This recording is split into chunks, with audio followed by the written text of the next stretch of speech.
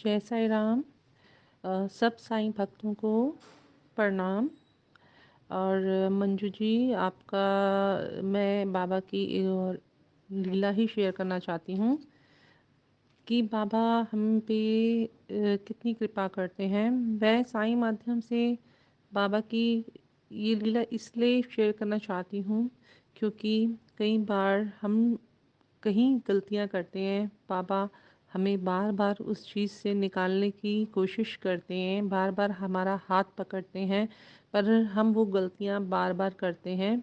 तो बाबा भी एक समय पे बाबा भी उन चीज़ों के दायरे के में रह के ही अपने बच्चों को ब्लेसिंग दे सकते हैं। अगर बच्चे नहीं समझते तो फिर हम गुरु को उसमें नहीं, गुरु क्या माता पिता क्या, कोई भी फिर उसमें हम लोग कुछ नहीं कर सकते। वो हमारे कर्मा ही हमारे साथ जाते हैं।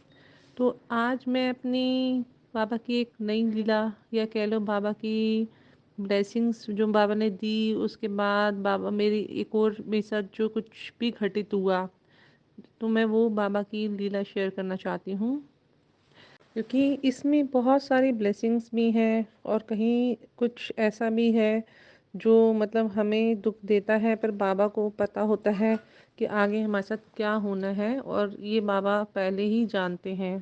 तो मैं सिर्फ अपने इस साईं ग्रुप में मुझे अटूट विश्वास है, जो मंजू जी का ये ग्रुप बना हुआ है साईं फैमिली, तो उसमें कितने मैंने मिरेकल्स देखे हैं जिसमें जब जब मेरे पे विपदा आई है या जब जब बहुत कष्ट आया है तो यहाँ ग्रुप पारायण होता है और ये इतनी शक्ति उसी है पार्ट में कि बड़ी से बड़ी विपदा से भी हम लोग निकल आते हैं। तो मेरी बेटी का था जब उसको डेंगू हुआ था और बाबा ने मुझे पहले ही दर्शन दे दिए थे कि एक बहुत बड़ा कष्ट आने वाला है पर तुम घबराना नहीं। पर मुझे नहीं पता था वो कष्ट इतना बड़ा होगा क्योंकि मेरे को बाबा ने हॉस्पिटल में मेरी बच्ची गई, सारे ग्रुप ने इतनी प्रेयर्स की और मेरे बच्चे की प्लेटलेट्स काउंट 30,000 तक भी गए और बहुत क्रिटिकल कंडीशन में गई। पर बाबा के वहाँ पर भी साक्षात गुलाब की फ्रेगरेंस आती रही, दर्शन होते रहे और बाबा ने हमेशा साथ दिया। और बच्ची को इस साईं ग्रुप की ब्लेसिंग से, बाबा की ब्लेसिंग से मेरी बच्ची वापस आई और एकदम अब स्वस्थ है। तो ऐसा ही बहुत बार हमारे साथ होता है, तो हम लोग भी टूट जाते हैं कि हम नहीं कर पाते अपना, तो पाठ पूजा भी नहीं कर पाते हैं। कई बार ऐसे सर्कमस्टांसेस आते हैं, तो पर बाबा हमारा साथ नहीं छोड़ते, बाबा कोई भी जरिया बना देते हैं हमारे लिए।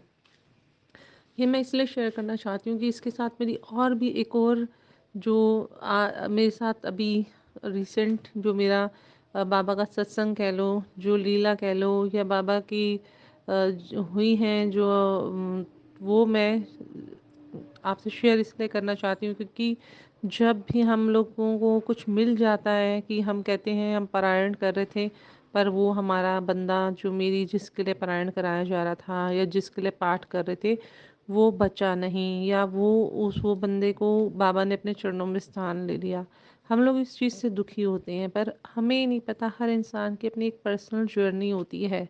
बाबा हमें बार बार आगाह करते हैं हर चीज़ के लिए, पर एक इंसान अगर उस बात को मानता है ठीक है, पर कई बार बाबा कहते हैं मैं भी इस कर्म बंधन से परे हूँ, कहीं जगह पे मैं भी आपको उतनी ही मदद कर सकता हूँ जितनी मेरे उसमें है, जितनी नीति करवाती है। तो हमें इस चीज़ से भी परेशान नहीं होना चाहिए। कई बार हम अपनों को खो देते हैं, हम बाबा से जुड़े हैं, फिर हम ये सोचते हैं कि हम इतनी पाठ पूजा करी, बाबा इतना पारायण करवाया, ये कराया, बट हम मतलब आपने तो उनको बुला लिया। तो मैं इस बारे में इसलिए आवश्यक बोलना चाहती हूँ क्योंकि ये भी एक मेरी जर्नी है मेरे ब्रदर इन लॉ की, अजय भाटिया की, जो इस ग्रुप के माध्यम से उनको लाइफ मिलती रही, पर शायद उस चीज़ को संभाल नहीं पा रहे थे। पहले ही मेरे ब्रदर इन लॉ बीमार हुए थे, जॉन्डिस हुआ उनको, तो वो काफ़ी क्रिटिकल थे, डॉक्टर ने जवाब दे दिया। ये आज से एक 6 महीने 1 साल पहले की बात है। तो फिर उसमें यहाँ ग्रुप में पूरी यहाँ प्रेयर होती रही और मुझे जी ने बोला बाबा की उदी दे दो। उस समय शायद मेरे पास उदी भी नहीं थी और बाय चांस की बात है शाम को शिरडी से उदी भी आ गई और मैंने उदी हॉस्पिटल में उसको भिजवाई, उसने खाई। पता नहीं ऐसा चमत्कार हुआ कि वो 3-4 दिन में हॉस्पिटल से आ गया, जहाँ वो आईसीयू में डॉक्टर ने जवाब दे दिया था। तो वो थोड़ा-सा उनकी फैमिली लाइफ में वो डिस्टर्ब थे, यंग थे, उनकी वाइफ़ चली गई थी। अपने-अपने हर किसी की एक जर्नी होती है, जो उनके आपस में हस्बैंड वाइफ़ की जो भी रही होगी। तो इस ग्रुप के माध्यम से वो आए, पापा की कृपा मिली, उन्होंने अपने जीवन को सँभाला नहीं। वो उनको जॉन्डिस ठीक भी हो गया, सब कुछ ठीक हो गया, बाबा ने वापस हेल्थ ब्लेस कर दी। बट उन्होंने फिर से ही, पहले ही ड्रिंक काफ़ी करते थे, उन्होंने फिर से ही पीना शुरू कर दिया। जैसे ही वो ठीक हुए थोड़े से, फिर उन्होंने वहीं पीना और कंटिन्यूअस पीना, कितने-कितने दिन पीना। और फिर मैंने बाबा से, फिर वो बीच में एक बार फिर उनकी हालत क्रिटिकल हुई, फिर मैंने इस ग्रुप में प्रेयर डाली, फिर वहाँ प्रेयर हुई और वो फिर ठीक होके आ गए। फिर हम लोगों ने, मैं, मेरे हस्बैंड ने, क्योंकि उनकी वाइफ छोड़ के चली गई थी, तो उनकी मतलब सेवा करते रहे, क्योंकि मेरे हस्बैंड थे 10-12 साल छोटे थे और काफ़ी अभी यंग थे। और हम लोग उसको लेके हॉस्पिटल जाते थे और उसकी हालत इतनी मतलब हालत दिन पे दिन मतलब वो होती जा रही थी ख़राब। और थोड़ी फिर हम लोगों को बीच में लगा कि बाबा ने फिर ठीक कर दिया, तीसरी बार बाबा ने चांस दिया, वो ठीक होने लग गया, फिर ठीक होने लग गया। फिर डॉक्टर ने बोला कि 2 महीने बाद ये काम पे जा सकते हैं। वो इतने जैसे ठीक थे, पर जैसे ही हमें ही नहीं पता चलता था, हम हॉस्पिटल्स में उनकी कुछ पॉलिसियाँ भी कैंसिल हो गई और हमारे डेली के कभी-कभी 1-1 डेढ़-डेढ़ लाख रुपए भी लग रहे थे। इतना पानी की तरह पैसा जा रहा था, क्योंकि इतना यंग मतलब लड़का, मतलब इतना छोटी उम्र का मेरे से नहीं देखा जा रहा था, पर पूरी कोशिश की थी। पर आप सुनो, मतलब मैं सिर्फ इतना कहती हूँ कि बाबा बेचारे हमारे प्यारे से साईं हमारी गलतियों को बार बार बार बार मतलब उनको तब भी मौका दे रहे हैं, तब भी हम लोग को वो दे रहे हैं। पर बाबा ने, मैंने बाबा से बोला, बाबा ये कैसी लाइफ दे रखी है, क्योंकि उसके साथ हमारी फैमिली लाइफ भी बहुत डिस्टर्ब हो गई। क्योंकि वो 1.5 महीना 2 महीना हॉस्पिटल, और मेरे हस्बैंड काम छोड़ के पूरा दिन सुबह से शाम तक हॉस्पिटल, और एक दिन छुट्टी मिलती, 2 दिन रहता शायद, वो फिर पीछे से पी लेता था और फिर हॉस्पिटल। मतलब इतना, मतलब हमारी लाइफ इतनी वो हो गई थी परेशान, क्योंकि पैसों से भी, क्योंकि जहाँ पर उनके मेडिकल कैंसिल हो गए, मेडिक्लेम्स ड्यू टू ड्रिंक, तो वो कैंसिलेशन के बाद आप हॉस्पिटल्स का तो हाल जानते ही हैं। जो आप अच्छे हॉस्पिटल्स में जाओगे तो आप क्या, आपका हाल होगा। तो वो हमें यही नहीं पता था कि अब आज वो कितना अमाउंट मांगेंगे, कल 1-1.5 लाख मांगा है, तो कभी 80,000, कभी 70,000, यही डेली चलता रहा काफ़ी टाइम तक, 1.5 महीना चल गया। पर मैंने बाबा से बोला, और बाबा ने मुझे ना, इसके बीमार होने से पहले ही मुझे ये बाबा ने दर्शन दे दिए थे, क्योंकि हमारा कुछ अपना फैमिली डिस्प्यूट चल रहे थे, प्रॉपर्टी डिस्प्यूट, जिसमें मेरे ब्रदर इन लॉ, मेरा, उसकी वाइफ का और सबका था। मैंने कहा बाबा सुख शांति से ये क्यों नहीं निपटाते। ये तब की बात है जब वो बीमार भी नहीं था, आज से कुछ महीने पहले की, जब वो बीमार नहीं हुए थे। और मैंने कहा ये क्यों इतनी लड़ाई झगड़े करते हैं, क्यों परेशान कर रखा है इन लोगों ने, क्योंकि परेशान उनने भी किया, मेरे ब्रदर-इन-लॉ ने भी। पर हम सिर्फ ये है कि बड़े भाई भाभी थे, तो हमें उनका पूरा सपोर्ट करना था। तो लास्ट में फिर मैंने बोला बाबा ये क्यों करते हैं। तब बाबा ने मुझे साक्षात दर्शन कराए, और मुझे बाबा ने, मस्जिद में बाबा बैठे थे जब मैं बैठी थी, बाबा कहते हैं पैसे पैसे कर रहा है, उसको ये तो पता नहीं उसके पास कितने दिन है। और मेरे पूरे रोंगटे खड़े हो गए, क्योंकि तब वो बीमार भी नहीं थे, ये तब की बात है। तो मैंने अपनी बात तो मैंने अपने पास रख ली, क्योंकि मैंने अपने हस्बैंड को नहीं बताई, क्योंकि कोई भी ये बात सुनना पसंद नहीं करेगा। और मैं बड़े तकलीफ़ में चली गई। मैंने कहा ये तो क्या बाबा बोल गए आप। पर जैसे ही वो बीमार होने लगा, तो मुझे पता था ये आगे अब इसका क्या होने वाला है। बट फिर भी हमने अपनी पूरी तरह से कोशिश करी कि, मेरे हस्बैंड को विश्वास था कि मेरा बहुत छोटा भाई है, मेरे बेटे जैसा है, तो मैं इसको बचा लूँगा और मैं उसको वो कर दूँगा।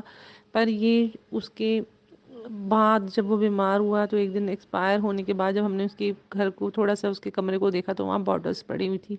तो वो सर्वेंट ने बोला कि कभी-कभार आप यहाँ होते थे, तो वो ऐसे कर लेता था।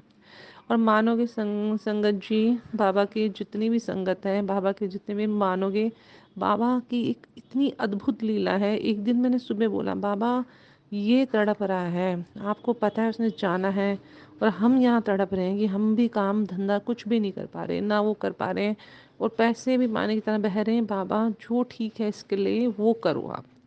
अगर बाबा ने बोला ये तुम पहले सोच लेती। बाबा ने मुझे दिखाया कि इसको तो जाना निश्चित है ही, उसको मैं टाल नहीं सकता। हर किसी के कर्म है, उसके कर्म तेरी पूजा पाठ भक्ति से मैं इतना कर सकता हूँ कि उसके कर्मों को मैं लेखा जोखा मिठा मतलब लेखा जोखा कम कर सकता हूँ। मुझे बाबा की बात समझ नहीं आई, ये लेखा जोखा क्या कम कर सकते हैं। और बाबा ने मुझे सिर्फ इतना बोला कि अब उसको मुक्त होना है। और मानोगे, जिस दिन उसने एक्सपायर होना था उस दिन रात को उसकी मुझे आवाज़ें आ रही थी, और मैं अपने हस्बैंड को बोली कुछ आवाज़ें आ रही हैं।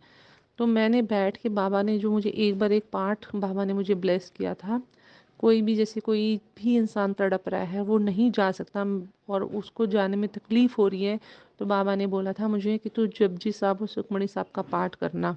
उस रात मैंने बैठ के जपजी साहब और सुखमणि साहब का पाठ करा और बोला बाबा, यहाँ तो इसको ठीक करो, यहाँ उसकी जो जर्नी है उसे दूसरी जगह भेजो, उसको इतनी चीर फाड़ हो चुकी है, ऐसे तो ठीक नहीं है। और मानोगे, मुझे उस दिन पूरे पैरों की आवाज़ मेरे कमरों में आती रही, जैसे कोई अजीब सी कोई चीज़ घर में एंटर कर रखी है। बहुत ज़्यादा ऐसे डिफरेंट टाइप की वॉइस मुझे घर में आ रही थी, बहुत अलग अलग तरीके की आवाज़ें। जैसे कहते हैं ना, कोई लेने आता है तो इस तरह होता है, पर ये साक्षात है। मैंने ये 2 बार 3 बार मैंने महसूस की है अपने फादर इन लॉ के टाइम भी, पर इसमें मेरे को बहुत ज़्यादा हुआ।